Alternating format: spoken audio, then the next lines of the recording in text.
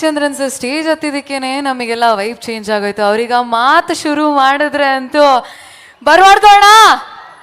ಬರ್ಲಿ ಹಂಗಾರೆ ಜೋರಾದ ಚಪ್ಪಾಳೆ ನಮ್ಮ ಕ್ರೇಜಿ ಸ್ಟಾರ್ ಡಾಕ್ಟರ್ ರವಿಚಂದ್ರನ್ ಸರ್ಗೋಸ್ಕರ. ಶಿಲ್ಲೆ ಜೋರಾಗಿ ಬರ್ಬೇಕಪ್ಪ, ನೋಡೋಣ ಯಾರೆಲ್ಲ ಶಿಲ್ಲೆ ಜೋರಾಗಿ ಹಾಕ್ತಾರೆ. ಅದ್ಭುತ ಅದ್ಭುತ.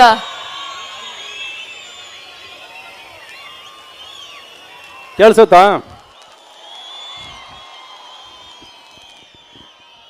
ಎಲ್ರಿಗೂ ನಮಸ್ಕಾರ. ವೇದಿಕೆ ಮೇಲಿರುವ ಹಿರಿಯರಿಗೆ, ನನ್ನ ಗೆಳೆಯರಿಗೆ, ಇಲ್ಲಿ ಕೂತಿರುವಂಥ ಗೆಳತಿಯರಿಗೆ, ಗೆಳೆಯರಿಗೆ ಎಲ್ರಿಗೂ ನನ್ನ ನಮಸ್ಕಾರಗಳು. ಎಲ್ಲಿಂದ ಶುರು ಮಾಡೋದು ಅನ್ನೋದೇ ಗೊತ್ತಾಗೋದಿಲ್ಲ. ಹಿಂಗೆ ಈ ಕಡೆ ಬಂದಾಗ ಎರಡು ಅಪ್ಪುಗೆಯಿಂದ ಶುರು ಮಾಡ್ತೀನಿ ನಾನು. ಜೀವನದಲ್ಲಿ ಪ್ರೇಮಲೋಕ ಶುರು ಮಾಡಿದಾಗ ಪಿಕ್ಚರ್ ನೋಡಿದ ತಕ್ಷಣ ನಮ್ಮಪ್ಪ ನನ್ನ ಅಪ್ಕೋತಾರೆ, ಹತ್ಕೊಂಡು ಹಿಂದೆ ಅಳ್ತಾರೆ ಅವರು. ಆಮೇಲೆ ಇನ್ನೊಂದು ಅಪ್ಪಿಗೆ ನಮ್ಮ ಅಪ್ಪದು ಯಾವಾಗಲೂ ಎದೆ ಮೇಲೆ ಬಂದು ಅಪ್ಕೋತಾರೆ. ಇವೆರಡು ಅಪ್ಪಿಗೆ ಏನು ಹೇಳುತ್ತೆ ಅಂದರೆ, ಕಣ್ಣೀರು ಯಾವಾಗಲೂ ನಮ್ಮ ಹಿಂದೆ ಇರಬೇಕು, ನಗು ಯಾವಾಗಲೂ ಮುಂದೆ ಇರಬೇಕು. ಇದೇ ತುಂಬ ಮುಖ್ಯ ಜೀವನಕ್ಕೆ. ಇಲ್ಲಿ ಬರ್ತಿರ್ಬೇಕಾದ್ರೆ ನನಗೆ ಫಸ್ಟು ಹಂಪಿ ಫಂಕ್ಷನ್ಗೆ ಬರ್ತೀನಿ ಅಂದ ತಕ್ಷಣ ಈ ಫಂಕ್ಷನ್ ಶುರುವಾಗಿ ನಿಮಗೆ 36-37 ವರ್ಷ ಆಗ್ತಾ ಬಂತು. ಪ್ರೇಮ್ಲೋಕ ಶುರುವಾಗಿದ್ದು 36-37 ವರ್ಷ ಆಯಿತು. ಸೊ ನನಗೂ ಇದಕ್ಕೆ 36 ಇಯರ್ಸ್ ತಗೋತು ನಾನು ಹಂಪಿಗೆ ಬರೋದಕ್ಕೆ ಇವತ್ತು. ಅಂದರೆ ಯಾವಾಗ ಬಂದಿದ್ದೀನಿ ಹಂಪಿಗೆ ಅಂದರೆ, ಮತ್ತೆ ಇನ್ನೊಂದು ಪ್ರೇಮ್ಲೋಕ ಶುರು ಮಾಡಬೇಕು ಅಂತ ಕನಸು ಕಂಡಾಗ ಈ ಊರು ನನ್ನ ಕರೆಸ್ಕೊಂಡಿದ್ದೆ. ಇವಾಗ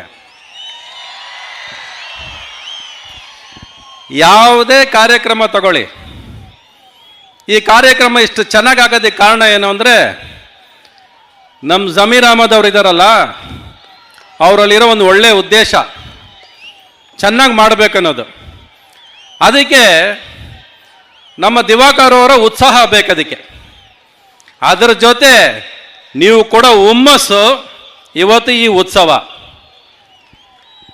ಯಾವ ಉತ್ಸವನೂ ಆಗೋದಿಲ್ಲ ಇಲ್ದೋದ್ರೆ, ಇವೆಲ್ಲ ಸೇರಿದ್ರೆ ಉತ್ಸವ ಆಗೋದು. ಒಂದು ಮನೇಲಿ ಒಂದು ಹಬ್ಬ ಮಾಡ್ತೀವಿ ನಾವು. ಏನಕ್ಕೆ ಹಬ್ಬ ಮಾಡಬೇಕು? ತಿಂಗಳಿಗೆ ಒಂದು ಹಬ್ಬ ಬರ್ತಾನೆ ಇರುತ್ತೆ ಮನೆಗಳಲ್ಲಿ. ಬಟ್ ಹಬ್ಬ ಮಾಡೋ ದಿವಸ ಏನಕ್ಕೆ ಅಂದರೆ, ಅವತ್ತು ಒಂದು ದಿವಸ ಎಲ್ಲರೂ ಅಲಂಕಾರ ಮಾಡಿಕೊಂಡು, ಮನೇಲಿ ಏನೇ ಕಷ್ಟ ಇರಲಿ ಸುಖ ಇರಲಿ ಎಲ್ಲ ಅಲಂಕಾರ ಮಾಡ್ಕೊಂಡು ನಗ್ನಗ್ತಾ ಒಂದಾಗ್ತೀವಲ್ಲ, ಅದಕ್ಕೆ ಹಬ್ಬ ಮಾಡೋದು ಯಾವಾಗಲೂ ನಾವು. ಅದು ಮನೇನ ಒಂದು ಸೇರಿಸುತ್ತೆ. ಇನ್ನೊಂದು ಸರಿ ನಾವೇನು ಮಾಡ್ತೀವಿ, ಬರ್ತ್ಡೇಗೆ, ವ್ಯಾಲೆಂಟೈನ್ಸ್ ಡೇಗೆ, ಅದು ಇದಕ್ಕೆ ಫ್ರೆಂಡ್ಸ್ ಎಲ್ಲ ಸೇರಕ್ಕೆ ಸ್ಟಾರ್ಟ್ ಮಾಡ್ತೀವಿ. ಇದೇನು ಅಂದರೆ ಸ್ನೇಹಿತರೆಲ್ಲ ಒಂದಾಗೋದಕ್ಕೆ ಈ ಸಂಭ್ರಮಗಳು ನಡೆಯುತ್ತೆ. ಆದರೆ ಹಂಪಿ ಉತ್ಸವ ನಡೆಯೋದು ಊರು ಒಂದಾಗೋದಕ್ಕೆ, ನಾವೆಲ್ಲ ಒಟ್ಟಿಗಿದ್ದೀವಿ, ಒಗ್ಗಟ್ಟಾಗಿದ್ದೀವಿ ಅಂತ ತೋರಿಸ್ಕೊಳ್ಳೋದಕ್ಕೆ ನಾವು ಹಂಪಿ ಉತ್ಸವ ಮಾಡೋದು. ಇದು ತುಂಬ ಮುಖ್ಯ. ಎಲ್ಲ ಊರಲ್ಲೂ ಈ ಥರ ಉತ್ಸವಗಳು ನಡಿಬೇಕಿದು. ಈ ಹಂಪಿ ಅನ್ನೋ ಹೆಸರು, ವಿಜಯನಗರ ಅನ್ನೋ ಹೆಸರು ಸುಮ್ಮನೆ ಬಂದಿಲ್ಲ ರೀ. ಇದು ಹೆಸರು ಹೇಳಿದ ತಕ್ಷಣ ಮೈಯಲ್ಲಿ ರೋಮಾಂಚನ ಆಗುತ್ತೆ. ಇಲ್ಲಿ ಏನಕ್ಕೆ ಅಂದರೆ, ಒಂದೊಂದು ಕಲ್ಲು ಒಂದೊಂದು ಸ್ವರ ಹೇಳುತ್ತೆ, ಒಂದೊಂದು ಕತೆ ಹೇಳುತ್ತೆ. ಇದರಿಂದ ಲಕ್ಷಾಂತರ ಜನ ಕೆತ್ತನೆ ಮಾಡಿಟ್ಟು ಹೋಗಿದಾರಲ್ಲ, ಈ ಉತ್ಸವ ಅವ್ರಿಗೆ ಇದು ನಾವು ಸಲ್ಲಿಸ್ತಾ ಇರೋದು. ಅವ್ರಿಗೆ ಎಷ್ಟು ವರ್ಷ, ಏನು ಕೆತ್ತನೆ ಮಾಡಿರಬೇಕು, ಎಲ್ಲಿಂದನೋ ಜನ ಹುಡ್ಕೊಂಬಂದು ಹಂಪಿಯಲ್ಲಿ ಬರ್ತಾನೆ ಅಂದರೆ, ಇದು ಯಾವತ್ತೋ ಯಾರೋ ಮಾಡಿಟ್ಟಿರೋದಲ್ಲ ರೀ, ಆ ಕಲಾವಿದರುಗಳು ಮಾಡಿಟ್ಟು ಹೋಗಿರೋದು. ಆ ಕಲಾವಿದರು ಮಾಡಿರೋ ಸೇವೆ ಮುಂದೆ ನಾವೆಲ್ಲ ಇಷ್ಟಿಷ್ಟೇ ಕಲಾವಿದರು, ನಾವೇನು ಮಾಡಿಲ್ಲ ಈ ಪ್ರಪಂಚಕ್ಕೆ. ಅಂಥದ್ರಲ್ಲಿ ಆ ಕಲಾವಿದರಿಗೆ ನಮನ ಕೊಡೋದಕ್ಕೆ ಇಷ್ಟು ದೂರ ಬಂದಿದ್ವಿ ನಾವು ಅಂತ ಅನಿಸುತ್ತೆ. ಇನ್ನು ನಮಗೆ ಗೊತ್ತಿರೋದೆಲ್ಲ ಸಿನಿಮಾ ಇದು ಬಿಟ್ಟರೆ ನನಗೆ ಬೇರೆ ಏನೂ ಗೊತ್ತಿಲ್ಲ ನನಗೆ. ಒಟ್ಟಿನಲ್ಲಿ ಇಲ್ಲಿ ತುಂಬ ಜನ ಇವತ್ತು ನಾನು ಬರ್ತಿರ್ಬೇಕಾದ್ರೇ ನಮ್ಮ ಬಸನಗೌಡರು ಪಾಟೀಲು ಒಂದು ಊರಿಗೆ ಬರ್ಬೇಕಾದ್ರೆ ಗೊತ್ತಾಗುತ್ತೆ ನಮ್ಮನ್ನು ಹೆಂಗೆ ಸ್ವೀಕಾರ ಮಾಡ್ತಾರೆ, ಹೆಂಗೆ ನಮ್ಮನ್ನು ಕರ್ಕೊಂಬರ್ತಾರೆ ಅಂತ. ನನ್ನನ್ನು ಯಾರು ಮುಟ್ಲೂ ಇಲ್ಲ ರೀ. ಅಷ್ಟು ಪ್ರೀತಿಯಿಂದ ಸ್ವಾಗತ ಮಾಡಿ ನಮ್ಮನ್ನು ಕರ್ಕೊಂಬಂದು 100 ಸರಿ ಕೇಳಿದ್ರು, ಅಣ್ಣ ಎಲ್ಲ ಓಕೆನಾ, ಎಲ್ಲ ಓಕೆನಾ, ಬಿಡಯ್ಯ ಜನ ಫೋಟೋ ಹಿಡಿಸ್ಕೊಳ್ಳಿ, ಏನು ತೊಂದರೆ ಇಲ್ಲ, ನಾವು ಅಷ್ಟೂರಿಂದ ಬಂದು ಅವ್ರು ಇಟ್ಕೊಳ್ಳಿ ಬಿಡಿ ಅಂತೇಳಿ ಹಂಗೆ ಅದು.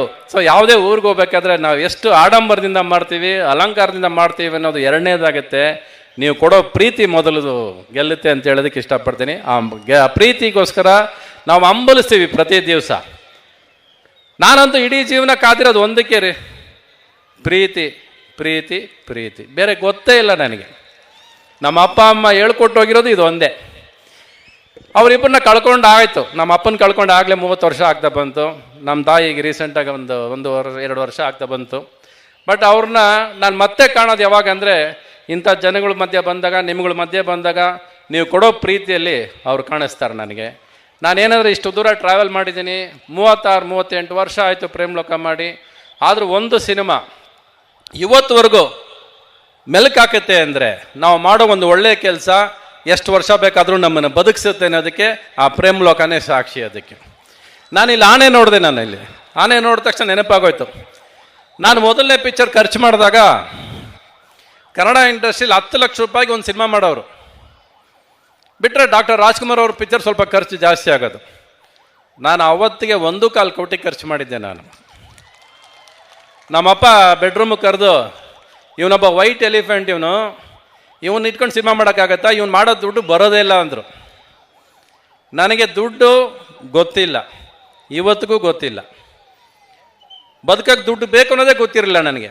ನಮ್ಮಪ್ಪ ಹಂಗೆ ಸಾಕಿದ್ರು ನನಗೆ. ಬಟ್ ಆ ಪಿಕ್ಚರ್ ಅವತ್ತು 1.25 ಕೋಟಿ ಅಲ್ಲ ರೀ, ಅದನ್ನೆಲ್ಲೋ ದಾಟ್ಕೊಂಡು ಕರ್ಕೊಂಡು ಹೋಯ್ತದು. ಅದು ನೀವೇ ಕಾರಣ. ಸೊ ಈ ಥರ ಒಂದೊಂದು ಮೆಟ್ಲು ಹತ್ತಬೇಕಾದ್ರೆ ಪ್ರತಿ ಸಾರಿ ಎಲ್ಲರೂ ಹೇಳ್ತಾರೆ ನಿಮ್ಮ ಗೆಲುವು ಏನು ಅಂತ. ನನ್ನ ಗೆಲುವು ನನ್ನ ಹತ್ರ ಇಲ್ಲವೇ ಇಲ್ಲ ರೀ. ಅದು ನನ್ನ ಗೆಲುವು, ನನ್ನ ಸೋಲು ಅದು ನಿಮ್ಮ ಕೈಲಿದೆ, ಅದು ನಿಮಗೆ ಬಿಟ್ಟಿದ್ದು. ಮೊನ್ನೆ ನಮ್ಮ ಶೋಲಿ ನಮ್ಮ ಅರುಣ್ ಸಾಗರ್ ಹೇಳ್ತಾರೆ, ಒಂದು ಶೋಲಿ, ನಮ್ಮ ಯಜಮಾನ್ರು ಸೋಲ್ತಾರೆ, ಅವಾಗ ಗೆಲ್ತಾರೆ, ನೋಡಲ್ವಾ ನೀವು ಅಂತ ಹೇಳಿದ್ರು. ನಾನು ಸೋತೆ ಇಲ್ಲ, ನಾನು ಒಪ್ಪೋದು ಇಲ್ಲ ಸೋತೆ ಅಂತ. ನಾನು ಅನ್ಕೊಂಡಾಗ ಸಿನಿಮಾ ಮಾಡಬೇಕು ಅನ್ನೋದು ನನ್ನ ಆಸೆ. ನೀವು ನೋಡಲಿಲ್ಲ ಅನ್ನೋದು ದುಃಖ ಆಗುತ್ತೆ. ಬಟ್ ನೋಡಲಿಲ್ಲ ಅಂತ ನಾನು ಅದನ್ನು ಬಿಟ್ಕೊಡೋಕೆ ರೆಡಿ ಇಲ್ಲ. ನಾನು ದುಡ್ಡು ಮಾಡದೇ ಇರ್ಬೋದು ಸಿನಿಮಾ, ಪ್ರತಿ ಸಿನಿಮಾನು ದುಡ್ಡು ಮಾಡಬೇಕು ಅನ್ನೋದೇ ಮುಖ್ಯ ಅಲ್ಲ. ಒಂದು ಗೆಲುವನ್ನ ದುಡ್ಡಿಂದ ಲೆಕ್ಕ ಹಾಕೋದೇ ತಪ್ಪು. ಅಂದ್ಕೊಂಡಂಗೆ ಸಿನಿಮಾ ಮಾಡಿದೆ ಅನ್ನಲ್ಲ ನಾನು, ಅದು ನನಗೆ ಗೆಲುವು ನನಗೆ. ಬಟ್ ನಿಮಗೆ ಇಷ್ಟ ಆಗುವಂಥ ಸಿನಿಮಾ ಮಾಡೋದಕ್ಕೆ 1 ವರ್ಷ ಸುಮ್ಮನೆ ಕೂತಿದ್ದೀನಿ ನಾನು. ಎಲ್ಲರೂ ಅಂದ್ಕೊಂಡ್ರು ಸುಮ್ಮನೆ ಕೂತಿದ್ದೀನಿ ಅಂತ. ಸುಮ್ಮನೆ ಕೂತಿಲ್ಲ ರೀ. ಮತ್ತೆ ಪ್ರೇಮ್ಲೋಕ ಕಟ್ಕೊಡ್ತೀನಿ ನಿಮಗೆ. ಮತ್ತೆ ಮನೇಲಿ ಹಾಡು ಮೇಲ್ಕೆ ಹಾಕ್ಬೇಕು ನೀವು.